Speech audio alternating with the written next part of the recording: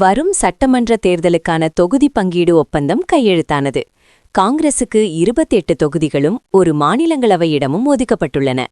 முதல்வர் மு.க. ஸ்டாலின் மற்றும் செல்வ பெருந்தகை முன்னிலையில் இந்த உடன்பாடு எட்டப்பட்டது.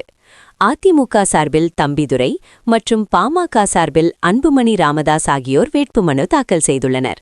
தேமுதிக சார்பில் எல்.கே. சுதீஷ் வேட்பாளராக அறிவிக்கப்பட்டுள்ளார்.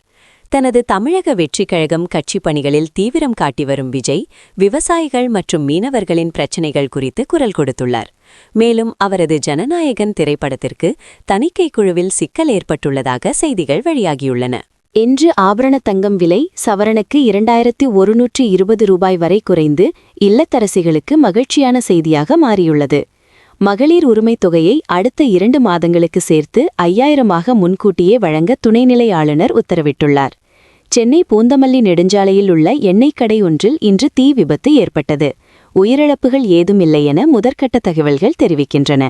ஈரான் மதத் தலைவர் கமேனி கொல்லப்பட்டதற்கு இந்தியா இரங்கல் தெரிவித்துள்ளது. அதே சமயம் சர்வதேச அளவில் போர் பதற்றம் அதிகரித்து வருகிறது. பிரதமர் மோடி மற்றும் பின்லாந்து அதிபர் அலெக்சாண்டர் ஸ்டஃப் சந்தித்து சுற்றுச்சூழல் மற்றும் தொழில்நுட்ப ஒத்துழைப்பு குறித்து ஒப்பந்தங்கள் செய்துள்ளனர். இந்த செய்திகள் உங்களுக்கு பயனுள்ளதாக இருந்தால் ஒரு லைக் போடுங்க. உங்க நண்பர்களுக்கும் ஷேர் பண்ணுங்க. மேலும் பல செய்திகளுக்கு தொடர்ந்து இணைந்திருங்கள். இது தமிழ் நியூஸ் 360. நன்றி, வணக்கம்.